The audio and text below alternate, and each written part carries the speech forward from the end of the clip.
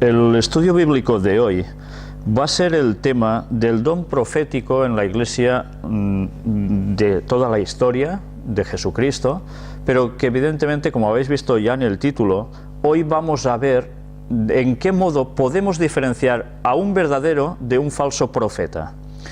Este tema lo tenía que haber hecho posteriormente a otro, que estaba en fase de preparación, pero me lo he tenido que saltar para poder demostrar que el espíritu de profecía en la Iglesia debe permanecer como una señal distintiva de un pueblo especial que saldría a partir de cierta fecha. Eso lo debería hacer en un estudio posterior, pero he querido poner primero este tema porque muchas personas me preguntan: ¿y cómo podemos saber esto? Diferenciar un auténtico profeta de uno falso. Antes de empezar el estudio de hoy, me gustaría que elevásemos una oración. Padre nuestro que estás en los cielos, te damos gracias porque nos das la oportunidad de poder buscar otra vez en tu palabra las respuestas a todas nuestras preguntas, a nuestras dudas. Te queremos pedir que tú nos ayudes a hacer siempre un estudio diligente, a escudriñar, no solo a leer, sino a indagar a fondo, para que tu verdad siempre salga con toda la claridad. Y especialmente en este caso tan delicado, Señor, que hace que muchos millones de personas se estén apartando de ti, o ya se hayan apartado por causa de falsos profetas. Ayúdanos a poder discernir, danos tu conocimiento, llénanos del Espíritu Santo y guíanos, por favor. Perdona nuestros pecados, que todo te lo pedimos en el nombre de Jesús. Amén.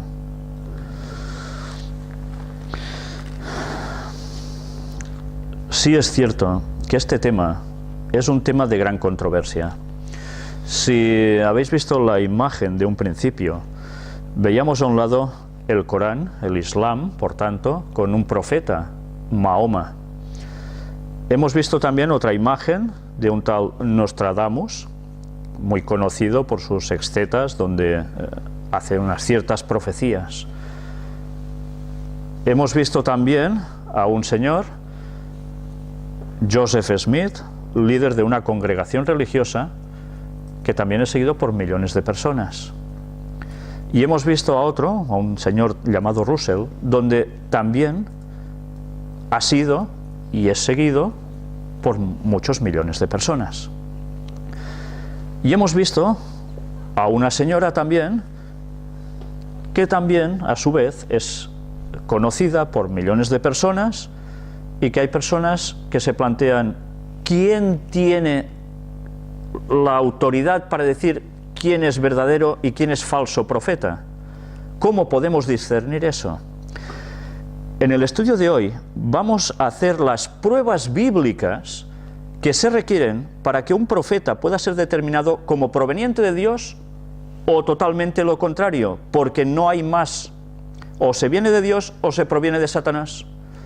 Entonces debemos, si somos creyentes auténticos, saber discernir esto. Sabéis, en las profecías se habla bíblicamente, y Jesús lo dijo, que se levantarían falsos cristos y falsos profetas.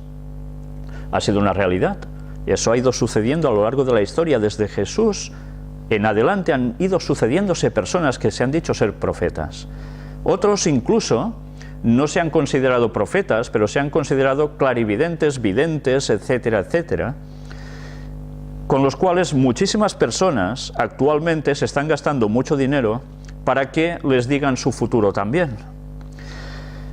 Hoy veremos que un profeta no tan solo era un adivinador de futuro, esa puede ser una de sus funciones, veremos que tenían otras también, pero además nos vamos a centrar en todas esas pruebas que la propia Biblia nos dice que un profeta debe cumplir para ser profeta de Dios. Empezaremos con un doble texto en el libro de Apocalipsis, capítulo 12, donde se nos habla del don de profecía en el pueblo remanente de Dios, en el pueblo que Dios mantiene siempre en la tierra, aunque sea un residuo, porque la gran mayoría siempre se suele apartar. Apocalipsis 12:17 nos dice: Entonces el dragón se llenó de ira contra la mujer y se fue a hacer guerra contra el resto de la descendencia de ella, los que guardan los mandamientos de Dios y tienen el testimonio de Jesucristo. Vemos aquí a Satanás que va contra la mujer, que bíblicamente es la iglesia. Sabéis que de mujeres se habla de dos tipos en la Biblia: la pura, que es la iglesia, la virgen, y hay la que es totalmente prostituta, que es todo lo contrario, evidentemente. Pues aquí Satanás va contra la iglesia auténtica y va a hacer guerra contra el resto de la descendencia de ella, contra ese remanente, ese residuo que queda de algo. ¿Y quiénes son estos? Pues son los que guardan los mandamientos de Dios. ¿Qué mandamientos? Todos es ampliamente conocido por todos que los mandamientos son los 10 mandamientos de Dios. No hay otros, son 10 mandamientos. Entonces, como características, esta iglesia remanente, este pueblo remanente, guardará los mandamientos de Dios. No 1, ni 2, ni 3, ni 9, sino 10. Tal como aparecen en Éxodo 20. Pero además dicen que y tienen el testimonio de Jesucristo. ¿Qué es tener el testimonio de Jesucristo? Cómo actuaba Jesús, lo que decía Jesús. Vamos a ver incluso algo más.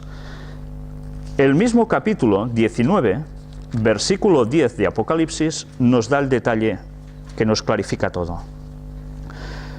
Yo me postré a sus pies para adorarle, y él me dijo: mira, no lo hagas. Yo soy consiervo tuyo y de tus hermanos que retienen el testimonio de Jesús. Adora a Dios, porque el testimonio de Jesús es el espíritu de la profecía. Otras versiones ponen el espíritu de profecía directamente. Es lo mismo. El testimonio de Jesús es tener el espíritu de profecía. Por tanto, ese pueblo de Dios que tiene que ser perseguido por Satanás, y lo ha sido y lo será, deben tener en sus filas ese don de la profecía. Pues vamos a ver precisamente un texto que se halla en el Antiguo Testamento, y es en el libro de Isaías. Veremos el capítulo 46 y leeremos 2 versículos. Veremos que Dios siempre tiene un método para comunicar su verdad, su voluntad, y especialmente para su iglesia, y lo desarrolla de algún modo este método para dar a conocer sus propósitos, sus planes.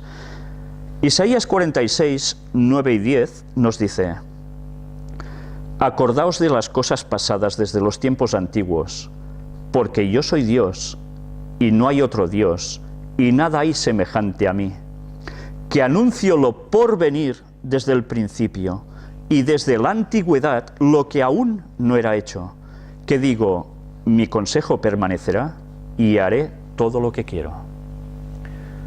Dios es el único que trasciende el tiempo, que sabe con anticipación lo que va a suceder, lo puede decir a alguien, o se lo puede callar. Pero Dios no se calla las cosas, siempre procura el bien de su pueblo. ¿Y de qué modo lo revela para que su pueblo lo sepa?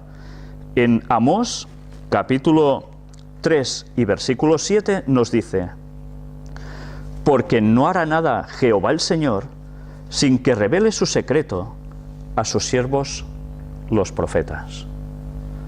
Los profetas son los encargados por Dios, los seleccionados por Dios, para dar su mensaje. ¿Un profeta elige ser profeta? No. Es seleccionado por Dios para serlo. Nadie puede decir, yo quiero ser profeta y a partir de ahora voy a ser profeta. No, no. Dios siempre, y en la Biblia queda registrado en numerosos casos, es Él el que selecciona a las personas para que sean profetas. Por tanto, por más que queramos nosotros, si Dios no nos da ese don, de nada va a servir. Podremos especular y decir cosas, pero seremos falsos profetas. Pero hay personas que se atribuyen de que ellos son auténticos profetas. Leamos ahora un texto en capítulo 12 de Oseas.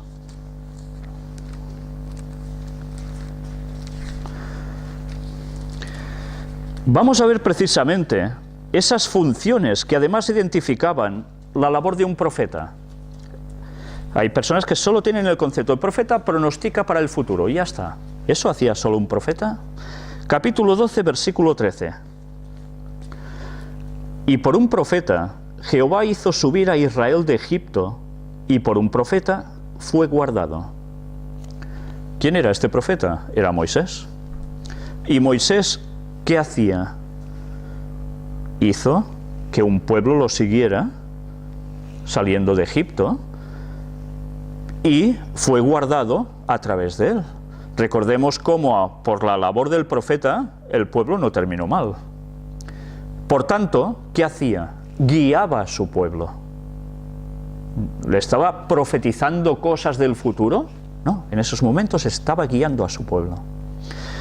Miremos también un texto en el Nuevo Testamento, en el libro de los Hechos de los Apóstoles, capítulo 7, y en el versículo 38. Este es aquel Moisés que estuvo en la congregación en el desierto, con el ángel que le hablaba en el monte Sinaí, y con nuestros padres, y que recibió palabras de vida que darnos. Por tanto, dirigía al pueblo, y además les daba palabras de vida. Podían ser profecías, ciertamente, pero también eran palabras de vida, que los mantenía espiritualmente despiertos, firmes en la fe. Regresemos al Antiguo Testamento y busquemos el libro de Proverbios, capítulo 29. ¿Qué puede sucederle a una iglesia que menosprecie el don de profecía? Que diga, no quiero saber nada de si la profecía es buena, o es correcta, o es cierta. No me importa. Lo importante es solo el amor de Dios, y ya está. Vamos a ver qué nos dice este texto. Proverbios 29, versículo 18. Sin profecía el pueblo se desenfrena, mas el que guarda la ley es bienaventurado. Démonos cuenta cómo si un pueblo no tiene profecía, se desenfrena, dice el texto, se desboca como un caballo. ¿Por qué? Porque la profecía está nutriendo de conocimiento al pueblo, y el pueblo va a estar para lo que debe estar. Pero mirad cómo automáticamente la segunda parte del versículo 18 nos dice, mas el que guarda la ley es bienaventurado. Por tanto, vemos una relación directa entre la profecía y guardar la ley. Si nos estamos dando cuenta, ya empezamos a coger el primer concepto. El profeta que no enseñe conforme a la ley, a los 10 mandamientos, ¿ese profeta provendrá de Dios o no? Evidentemente no. Vamos a seguir. Primera de Tesalonicenses, en el Nuevo Testamento, el apóstol Pablo también nos escribe algo muy interesante, algo que debemos tener muy claro. Capítulo 5 y versículos 20 y 21. No menospreciéis las profecías, examinadlo todo, retened lo bueno. Este consejo es algo más que un consejo, es una directriz a seguir. No menospreciéis las profecías. Por desgracia, actualmente, en iglesias que se dicen ser cristianas, la profecía está quedando en un segundo término. Lo importante es amar y ya está. Todo lo demás parece importar realmente poco. ¿Sabéis? En la Biblia hay numerosas páginas, numerosos textos que son auténtica profecía. Hay muchas personas que harían así y romperían las páginas que habla de profecía. No las profecías antiguas, porque esas como ya han pasado, sino las profecías que nos desarrollan los acontecimientos que estamos viviendo y los pocos que faltan por acontecer. Pero esos estorban, porque si sabemos esas profecías finales, nos van a obligar a tomar una determinación con nuestra vida que va mucho más allá de decir yo amo y ya está, porque ese amor puede estar vacío de contenido y ser un falso amor. Pero mirad cómo el versículo siguiente, el 21, nos dice: examinarlo todo, retener lo bueno. Hemos de examinar las cosas. Provengan de donde provengan, nosotros debemos examinar. ¿Sabéis? A veces en las iglesias se levantan personas que hablan de que no, la profecía quiere decir esto o lo otro. ¿Podemos rechazarlo automáticamente? Sí. Pero lo lógico es que como buscadores de la verdad indaguemos si realmente eso es así o no. Porque si realmente esa profecía es así y nos transmite un mensaje que necesitamos, si automáticamente lo rechazamos, lo tenemos fatal. Debemos examinarlo todo y retener lo bueno. Ahora vamos a entrar ya en los rasgos distintivos de un verdadero profeta. Esta es la parte que quizás ya a todos nos interesa más, ¿no? Un texto por el cual debe ser probado absolutamente cualquier persona que diga yo soy un profeta, yo tengo visiones, yo he tenido un sueño que... Vamos a ver con qué único texto, sublime texto, nos va a servir para determinar si ese profeta viene de Dios o no. Es un texto que todos deberíamos conocer de memoria. Isaías, capítulo 8, versículo 20. A la ley y al testimonio, si no dijeren conforme a esto, es porque no les ha amanecido. A la ley y al testimonio.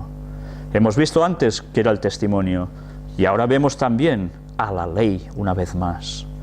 Por tanto, si un profeta viene y me empieza a decir y a pronosticar, pero resulta que el profeta me está llevando una contradicción con la ley de Dios, no solo, ya sabéis que la ley tiene una extensión, para los judíos la ley era más que los 10 mandamientos, era todo el Pentateuco, los 5 primeros libros, luego lo que se fue añadiendo, la Torá que ellos llamaban, pero muy concretamente ya en los 10 mandamientos, si ese profeta, ese vidente, ese lo que sea, viene y me dice cualquier cosa y me enseña que uno solo de los 10 mandamientos, esto no es así, es otra cosa, y no se corresponde con la letra que aparece en Éxodo capítulo 20, me va a servir para determinar si ese profeta viene de Dios o no.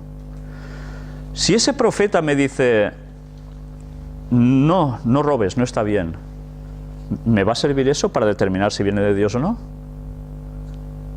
No es suficiente, porque eso ya entra en la ética de prácticamente todo el mundo, ¿no? Robar no está bien. Si me dice, no mates, porque no sé qué, también entenderé que, vale, está bien. Pero hay un punto esencial en la ley que me va a determinar si ese profeta viene de Dios o no. Si ese profeta me dice que el sábado no es el día de reposo a santificar a una hora, voy a saber discernir si ese profeta viene de Dios o no. Si me dice, no, ya no hay ningún día por guardar, todos los días son iguales para Dios. O si me dice, no, evidentemente es el domingo porque se transfirió el sábado al domingo cuando Jesús resucitó y bla, bla, bla, bla, bla. Me está contradiciendo el texto clave que dice que el sábado es el día de Dios. Ya solo con este texto me puedo plantear de todas esas personas que he visto en esa primera imagen al empezar este tema, ¿cuál de ellos guarda el sábado y enseña que el sábado es el día de Dios? ¿Me lo enseña el Islam? No. El Islam tiene como día sagrado, ¿cuál? El viernes. Caray. Ya no me cuadra, ¿verdad? ¿Que Dios ha hecho un cambio? Ya hemos visto en otros estudios que Dios no cambia. Entonces, ¿qué está pasando aquí? Quizás mi fe, que tenía tan clara en el Islam, en su profeta, ¿y si me están engañando? No puede ser, yo toda la vida he creído eso. Pues bíblicamente no lo puedo sustentar. Entonces, va a ser muy difícil para mí cambiar el concepto y decir, estaba equivocado, me han estado engañando, a mí y a millones de personas. Pero deberé ser valiente y aceptar que es un engaño, y cambiar, buscar a Dios de corazón. Pero si analizo también el personaje de al lado, y el de abajo, y el del otro extremo, precisamente ninguno de ellos me enseña que el sábado es el día de Dios.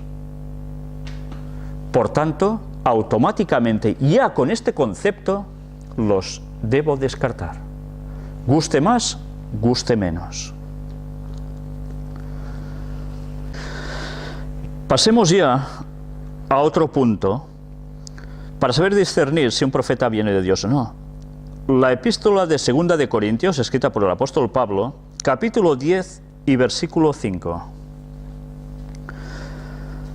Derribando argumentos y toda altivez que se levanta contra el conocimiento de Dios y llevando cautivo todo pensamiento a la obediencia a Cristo. Por tanto, el profeta me tiene que llevar a que todo lo que yo intente, haga, etc., y mis pensamientos tienen que ir en obediencia a Cristo. Si me dicen, mira, sí, pero en este punto no, ¿este profeta me estará guiando? ¿Este profeta me va a llevar a Cristo? ¿O me estará torciendo en algo? Si me tuerce en algo, ya me ha torcido definitivamente al final para todo.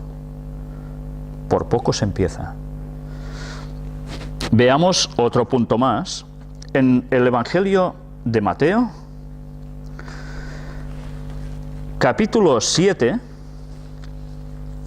y leeremos 3 versículos casi prácticamente seguidos, el 15, el 16 y el 20, y esto es una evidencia. Guardaos de los falsos profetas, que vienen a vosotros con vestidos de ovejas, pero por dentro son lobos rapaces. Por sus frutos los conoceréis.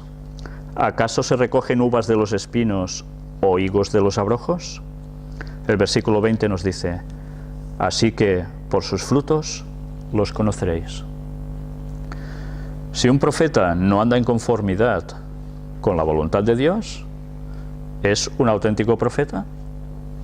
Si ese profeta va adulterando, si ese profeta va diciendo cosas que no corresponden y vive cosas de aún más distintas, ¿viene de parte de Dios?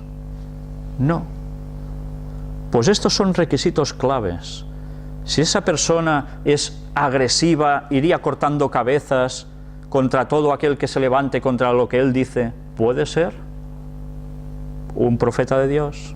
No. Sigamos buscando más definiciones para acertar si realmente un profeta es profeta de Dios o no. Deuteronomio capítulo 18, escrito por Moisés. Y esto es otra evidencia muy clara. Pero vamos a, primero antes de leer este, leamos uno en el libro de Juan, en el Nuevo Testamento, y veremos cómo uno a otro se complementan. Juan capítulo 13, versículo 19.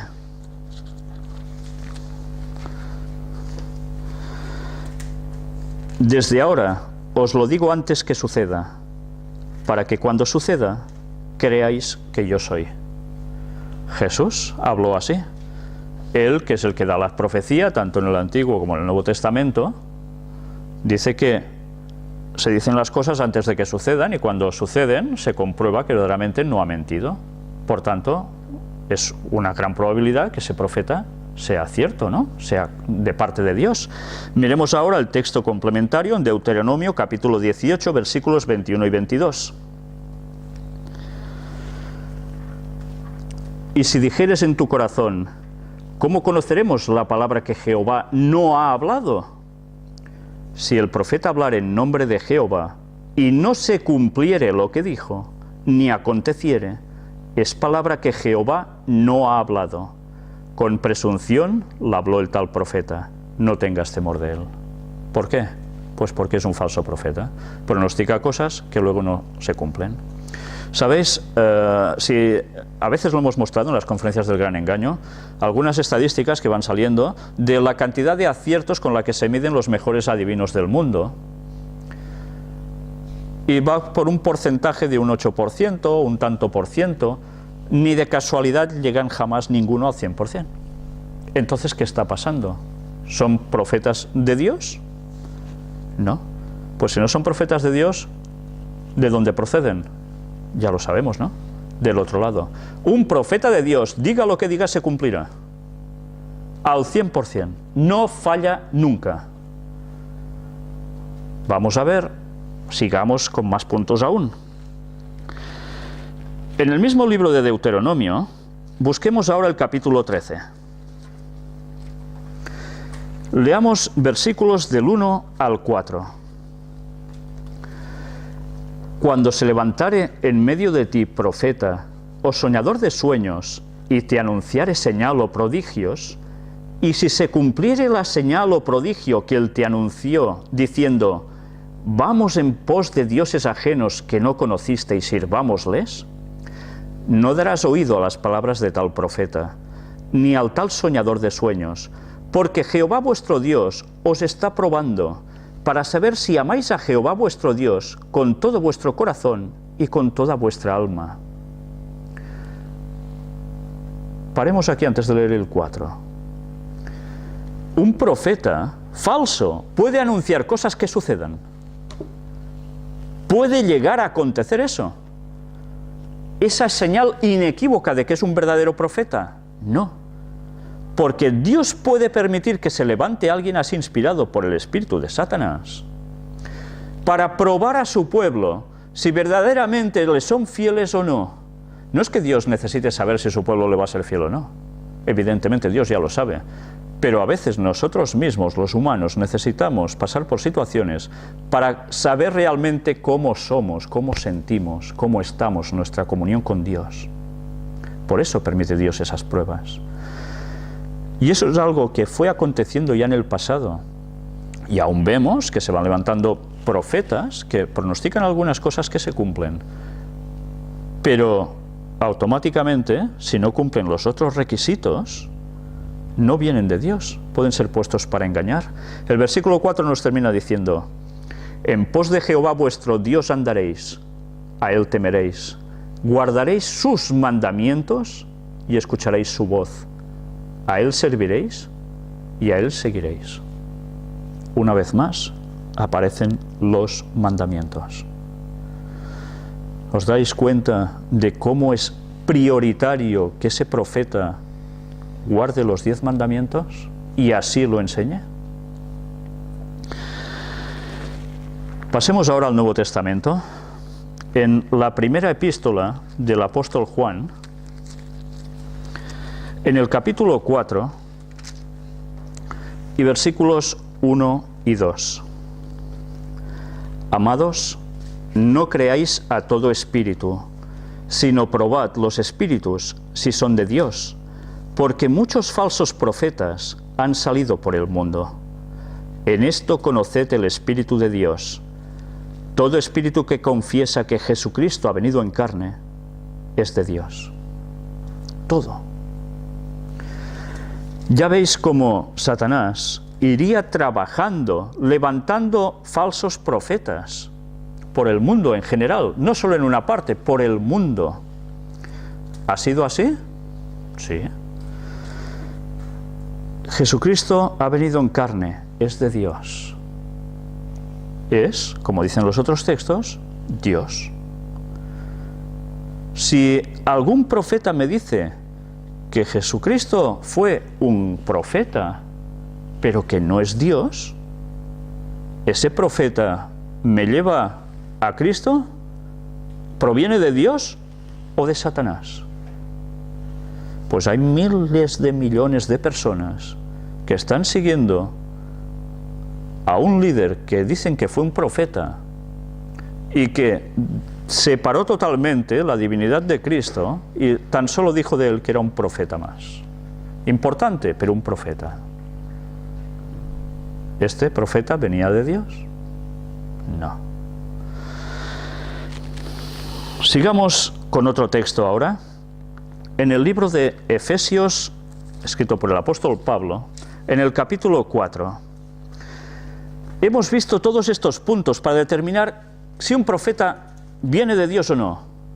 Pero, ¿hasta cuándo debe permanecer el don de profecía en la Iglesia de Jesucristo? ¿Es una cosa del pasado? ¿Con los discípulos terminando de escribir la Biblia, se acabaron los profetas? ¿No habría nunca ninguno más? ¿Ya no haría falta el don de profecía en la Iglesia? Vamos a ver qué nos responde la propia Biblia. Efesios 4, del 11 al 13. Y él mismo, está hablando de Cristo, constituyó a unos apóstoles, a otros profetas, a otros evangelistas, a otros pastores y maestros, a fin de perfeccionar a los santos para la obra del ministerio, para la edificación del cuerpo de Cristo, hasta que todos lleguemos a la unidad de la fe y del conocimiento del Hijo de Dios, a un varón perfecto, a la medida de la estatura de la plenitud de Cristo. ¿Cuándo vamos a llegar a esa perfección, a ese conocimiento, a esta estatura de la plenitud de Cristo? Recordemos, ¿quién va a llegar a ser perfecto? Los 144.000 vivos que estén sellados por Dios, que van a estar en pie sin ver la muerte cuando Jesús vuelve por segunda vez. ¿Y eso ha sucedido ya? No. Jesús aún no ha vuelto. No sabemos quiénes son esas personas que van a componer ese número. Pero, ¿qué quiere decir esto? ¿Que nos hemos perfeccionado ya? Estamos en ese proceso. No hemos llegado aún a ello. Por tanto, el don de profecía, para perfeccionar a los santos hasta el mismísimo final, tiene que durar precisamente hasta entonces. El don de profecía debe estar entre el pueblo de Dios hasta el final. Solo con el texto bíblico podemos determinar si habría más profetas después de que se cerrara el canon bíblico o no. Pues sí, podía haberlos. Leamos ahora otro texto más, que viene seguido precisamente de los versículos que hemos leído ahora. Efesios 4, 14 y 15. ¿Para qué todo esto? Para que ya no seamos niños fluctuantes, llevados por doquiera de todo viento de doctrina, por estratagema de hombres, que para engañar emplean con astucia las artimañas del error, sino que siguiendo la verdad en amor, crezcamos en todo en aquel que es la cabeza, esto es, Cristo. El don de profecía también es para que crezcamos en todo en aquel que es la cabeza, que es Cristo. ¿Para qué se nos da este don de profecía hasta el final mismo de los tiempos? Para que no seamos como niños fluctuantes llevados por todo viento de doctrina. Ahora sopla un viento de aquí, y me voy para allá. Ahora me sopla de allá, me voy para acá. Nos estamos dejando llevar por vientos de doctrina si no tenemos el don de profecía hasta el final. Si lo rechazamos, ¿qué nos puede pasar? Pues no es que nos puede pasar, es ¿qué nos va a pasar? Pues sencillamente que un viento de doctrina nos va a llevar a otro sitio equivocado. Y un falso concepto nos va a hacer abrazar más falsos conceptos después. Y así terminaremos apartándonos de esa unidad de conocimiento de Cristo. Mirad si es importante hacer caso del don de profecía. No queremos ser engañados, ¿verdad? Pues busquemos el don de profecía. Y ahora hablaremos de si solo los hombres son profetas. ¿Sabéis? Hay muchas personas que se han leído la Biblia muchas veces y algunos no se dan cuenta de que en la Biblia nos habla de que ha habido mujeres que han sido profetisas. No solo los hombres, también mujeres.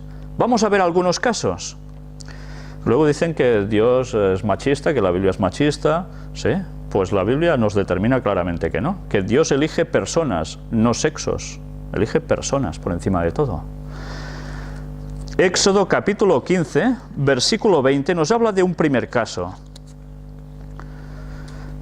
Y María la profetisa, hermana de Aarón, tomó un pandero en su mano, y todas las mujeres salieron en pos de ella con panderos y danzas. ¿Quién era esta María? Hermana de Aarón. Hermana, por tanto, ¿de quién más? De Moisés. María la profetisa. ¿Ah? Por tanto, profetizaba. Otro caso más. Libro de Jueces, capítulo 4 y versículo 4. Gobernaba en aquel tiempo a Israel una mujer, Débora, profetisa, mujer de Lapidot. Ya veis, era profetisa y además gobernaba Israel. Y era una mujer. ¿Cómo empiezan a cambiar los conceptos, eh?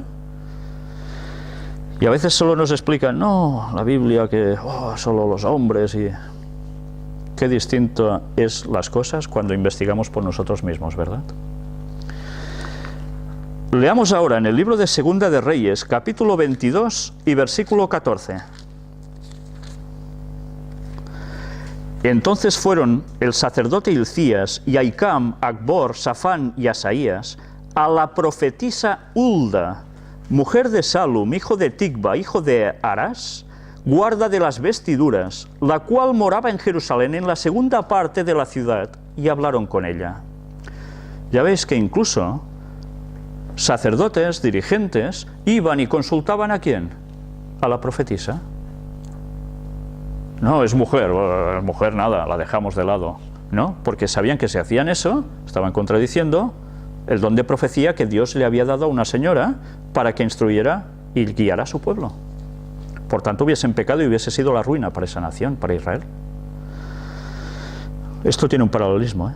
Tiene un paralelismo en el tiempo del fin. Lucas, capítulo 2, ya vamos al Nuevo Testamento. Aparece otra señora en el capítulo 2, versículo 36. Estaba también allí Ana, profetisa, hija de Fanuel de la tribu de Aser, de edad muy avanzada, pues había vivido con su marido 7 años desde su virginidad, etcétera, etcétera. Era en el momento del nacimiento de Jesús. Esta señora también era profetisa. Vamos a ver aún un caso más. Libro de los Hechos de los Apóstoles, capítulo 21 y versículos 8 y 9. Al otro día, saliendo Pablo y los que con él estábamos, fuimos a Cesarea, y entrando en casa de Felipe el evangelista, que era uno de los 7, posamos con él. Este tenía 4 hijas doncellas que profetizaban. 4 hijas y las 4 profetizaban. Jesús ya se había ido. Y en cambio, estas chicas, doncellas, eran jóvenes, profetizaban. Por tanto, no podemos pensar que un profeta solo puede ser un hombre, puede ser también una mujer. Las evidencias son claras. Hemos visto antes en esas imágenes que también había una señora, Ellen White, pionera para levantar, junto con los demás, un grupo de personas, la Iglesia Cristiana Adventista del Séptimo Día. Actualmente se la acusa de todo lo que os podáis imaginar, desde que era masona, satanista, loca, enferma mental, estoy hablando, 1001 cosas. Falsa profeta, en definitiva, falsa profetisa. ¿Sabéis? Si eso fuera verdad, sería demostrable que es una falsa profetisa si incumple alguno de esos requisitos que hemos venido enumerando, y mirad que hemos enumerado unos cuantos. Indagad sobre su vida. No por esas páginas de internet que aparece que mira porque esto y lo otro y automáticamente creen que... No, indagando de verdad, no tragando lo que la gente dice, leyendo su vida, sus escritos, y os daréis cuenta que quien dice esto está mintiendo deliberadamente. Porque llevo 40 años estudiando también, no solo los escritos bíblicos, sino los escritos de la profetisa del Señor, Ellen White.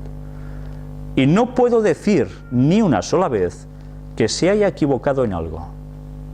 Me he dado cuenta cómo ha ido avanzada en ciencia, en educación, en conocimientos bíblicos, en muchas cosas, no solo en profecías y ya está. En nada se ha equivocado. Y si alguna vez la ciencia parece indicar que esto es contrario a lo otro, resulta que con el paso del tiempo las cosas van cambiando. Y uno se da cuenta que lo que estaba diciendo no eran bobadas, incluso en cuestiones psicológicas. ¿Cómo podía una mujer que dejó de estudiar a los 12 años porque a los 7 ya recibió una pedrada, que de ahí dicen no, es que tenía alucinaciones porque de esa pedrada quedó tonta? ¿Cómo podía llegar a saber tantas cosas una mujer sin estudios? ¿Cómo todo lo que ha dicho se ha ido cumpliendo? Hay unos 60 libros publicados de ella. Algunos son recopilaciones que aparecen en manuscritos y cartas diversas, que no estaban en libros, se han recopilado. En total unos 60 libros. Es la mujer que más libros ha editado. Y era lo que se dice aquí una cateta, una persona sin instrucción. ¿Y por qué nada de lo que ha dicho se ha podido demostrar que sea falso? ¿Por qué ella, además, hablaba a favor de los mandamientos de Dios, incluido el sábado? Los otros no. ¿Dónde está la diferencia? Sabéis, he de deciros también que hay personas que acusan a que los adventistas ponen por encima de todo a Ellen White más que la Biblia incluso. Veamos unas citas que ella misma dejó escritas. ¿Sabéis? A ella también le pasaba algo curioso. Esta señora empezó a recibir visiones sobre personas que podía tener cerca o lejos y no conocer siquiera. Y veía la vida de esas personas, dónde estaban sus problemas espirituales también. Y ella en visión les daba, además, una respuesta. Así se recopilaron varios escritos suyos que están redactados como testimonios para la Iglesia. Curiosamente, nunca ninguna de esas personas negó que lo que ella había visto en visión fuera verdad. Y no era un caso ni dos ni tres, hubo muchísimos. Y les decía la instrucción a seguir. Luego cada uno decidía. Como todo el mundo tenemos opción. Incluso alguna vez quisieron engañarla. Habían quedado con ella en un lugar y la persona que había quedado con ella se fue a otro sitio. Y supongo que debería estar partiéndose de risa pensando, la otra habrá ido allí a esperarme. Y va y se lo encuentra allí con él. ¿Cómo puede ser eso? Revelaciones de Dios. Y así muchas cosas, pero mirad lo que ella misma escribe sobre los testimonios, que es como se conocen este tipo de mensajes, ¿no? Los testimonios no fueron publicados para reemplazar a la Biblia. ¿Sabéis? Hay profetas de los que habéis visto que sus libros se ponen por encima de la Biblia. Sí. Ella ya lo dice, no están hechos para reemplazar a la Biblia. Esto se halla en Testimonios para la Iglesia, tomo 1, por si alguien quiere saberlo. Los testimonios no han de empequeñecer la palabra de Dios, sino exaltarla y atraer los ánimos a ella para que pueda impresionar a todos la hermosa sencillez de la verdad. Con sus escritos iba a dirigir a la gente que se estaba apartando ya de la Biblia, del estudio profundo de la Biblia, para que sintieran ganas de volver a coger sus Biblias y buscar a fondo. Dios quiere que su pueblo sea una unidad, que sus hijos tengan un mismo parecer, un mismo ánimo y un mismo criterio. Esto no puede lograrse sin un testimonio claro, recto y vivo. Y así es. También me fue dado el cargo solemne de dar fielmente el mensaje de Dios sin hacer diferencia entre amigos y enemigos. El mensaje era para todos. Y esto es importante, no solo para un grupo de personas, para todo el mundo. El testimonio directo debiera revivir y separar de Israel a los que siempre se opusieron a los medios que Dios ha ordenado para mantener la corrupción fuera de la Iglesia. Esto aparece ya en el tomo 3. Ella tuvo muchos problemas por decir las cosas. ¿Sabéis? Ella escribe que le pedía a Dios que le quitara este don, porque le era muy difícil, y ella parece ser que era muy retraída, el escribir a una persona que podía ser mayor que ella, para decirle, mira, vas mal, Dios me ha mostrado esto de ti, unas vergüenzas como todos podemos llegar a tener, o más, y tienes que hacer esto para cambiar. A ella esto se le hacía una montaña, pero finalmente lo tenía que decir porque Dios la instaba a hacerlo, no le quedaba otra. Si no, le podía haber pasado lo que le sucedió a dos personas, dos hombres concretamente antes que ella. ¿Sabes? Ella no fue una elegida especial en un momento dado. O sea, no sería la número uno, por decir algo. ¿Sabéis? Como en el fútbol que hay, cuando un entrenador se va, buscan entrenadores, pues tienen, mira, primero este, después este, y si no les falla, el tercero. Pues bien, ella no era la primera opción, parece ser. Se levantó un hombre que Dios le dio el don de profecía, pero no quiso tenerlo. Luego se levantó otro, tampoco lo quiso tener. Dios tuvo que buscar a una persona que realmente, para cualquier persona, como nosotros, analizando fríamente, diríamos, pues, la menos apta para todo. Una niña de 17 años que ha recibido una pedrada, que no ha podido estudiar, que... Bueno, y encima es mujer, en esa época, 1800 y pico. Tenía todos los números para que nadie le hiciese caso. Pues bien, ella aceptó. Y hubo un caso en que una persona, uno de estos dos señores que antes os he citado hace un momento, estaba ella hablando, contando una revelación que tuvo en una iglesia, y se levantó ese señor y dijo, yo antes he tenido esta visión. Pero no lo quiso decir a la iglesia, rechazó el don de profecía y se fue. De ese hombre nunca se supo más. Esa misma visión que tuvo después Ellen White. Os recomiendo que no os orientéis por lo que me parece o me han dicho que... No, buscad, indagad por vosotros mismos. Si veis que sus libros os apartan de Dios y de la verdad, dadles una patada. Pero os daréis cuenta, si sois sinceros, que no podréis hacer eso, porque os va a enriquecer espiritualmente muchísimo. Y nos da unos detalles adicionales que a veces no aparecen en la Biblia, pero que Dios le dio a conocer para que aún ampliáramos más conceptos y nos preparara especialmente para el fin del tiempo del fin en el cual nos estamos hallando ya. El don de profecía fue dado en esa época y estaba profetizado que saldría justo en esa época. Esto lo veremos en un próximo estudio bíblico. Satanás, evidentemente, no se quedó quieto y sacó sus ¿cómo diríamos? ¿Cómo le llaman a un chocolate? Sucedáneos, sus sucedáneos, ¿no? Que no son la verdad, se parecen, para confundir, evidentemente, en su misma época incluso.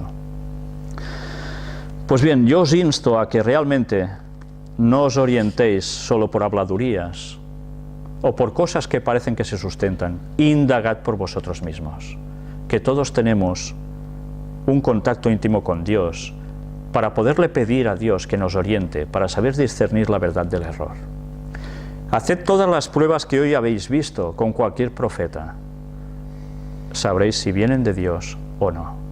Pero ya sabéis, si menospreciamos las profecías, por tanto el don de profecía que Dios puede dar a alguna persona, automáticamente nos estamos sentenciando. Porque no queremos la luz de Dios, preferimos la nuestra, que parece más bonita. Terminemos con un texto. En Segunda de Crónicas, capítulo 20, es un texto muy conocido para los cristianos. Pero antes quisiera mostraros un libro. No sé si la cámara lo podrá ver bien. Helena G. de White, Profeta del Destino, escrito por René Norbergen. Este libro creo que en español ya no lo vais a encontrar, creo. Yo lo tengo de hace muchos años, no está, ¿verdad? En inglés supongo que aún se debe poder encontrar. Este libro es para las personas que no saben nada de Ellen White o tienen alguna duda. Aquí aparecen detalles que conviene mucho conocer, que nos ayudará a discernir si era verdad o no esta señora con sus profecías. ¿Sabéis quién era René Norbergen? Nosotros hemos hablado en las conferencias del gran engaño de él.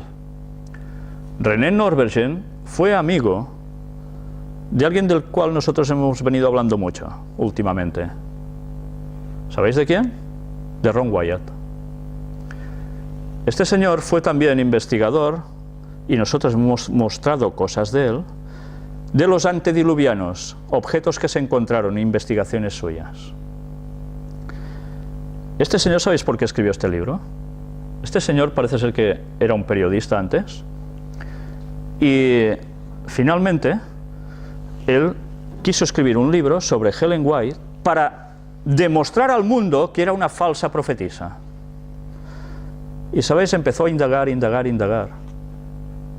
hasta llegar a una conclusión obvia, que era una verdadera profetisa. Y él se convirtió al adventismo. Y después siguió con esa labor.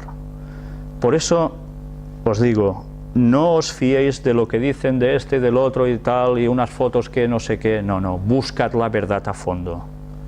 Y luego, cada uno que decida. Terminemos. Segunda de Crónicas, capítulo 20, versículo 20.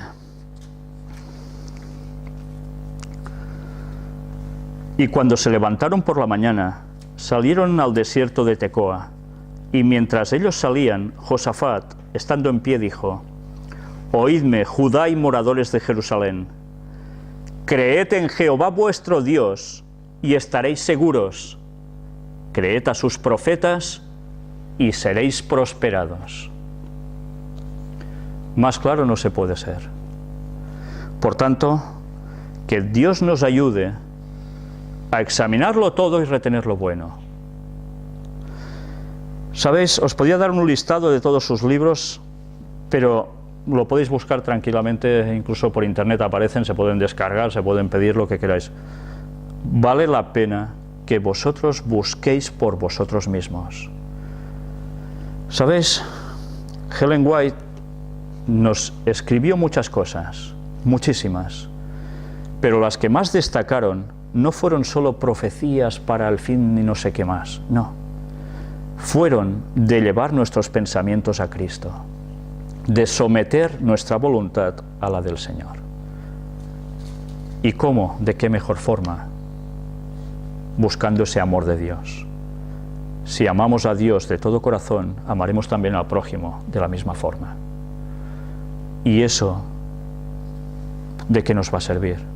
Pues para poder tener acceso a esa puerta del cielo, del cual también hablaremos en las conferencias del gran engaño. Sí, actualmente hay bastantes libros sobre Ellen White. Uno de ellos es Profecías Dramáticas, ¿no? Que intentan también eso, demostrar cómo no son historias falsas, pero hay mensajeros del Señor, hay un montón de libros que dan datos sobre ella. Ella tiene notas biográficas también. Todos son libros de los cuales podemos extraer cosas que diréis, bueno, y examinar por vosotros mismos, buscar si eso es ficción o es una realidad, o alguien se lo ha inventado y lo ha puesto allí, y veréis y os daréis cuenta de que debemos seguir a los profetas de Dios, y entonces progresaremos y podremos estar con Dios. Pues bien, que Dios nos ayude a ello, y me gustaría terminar con una oración.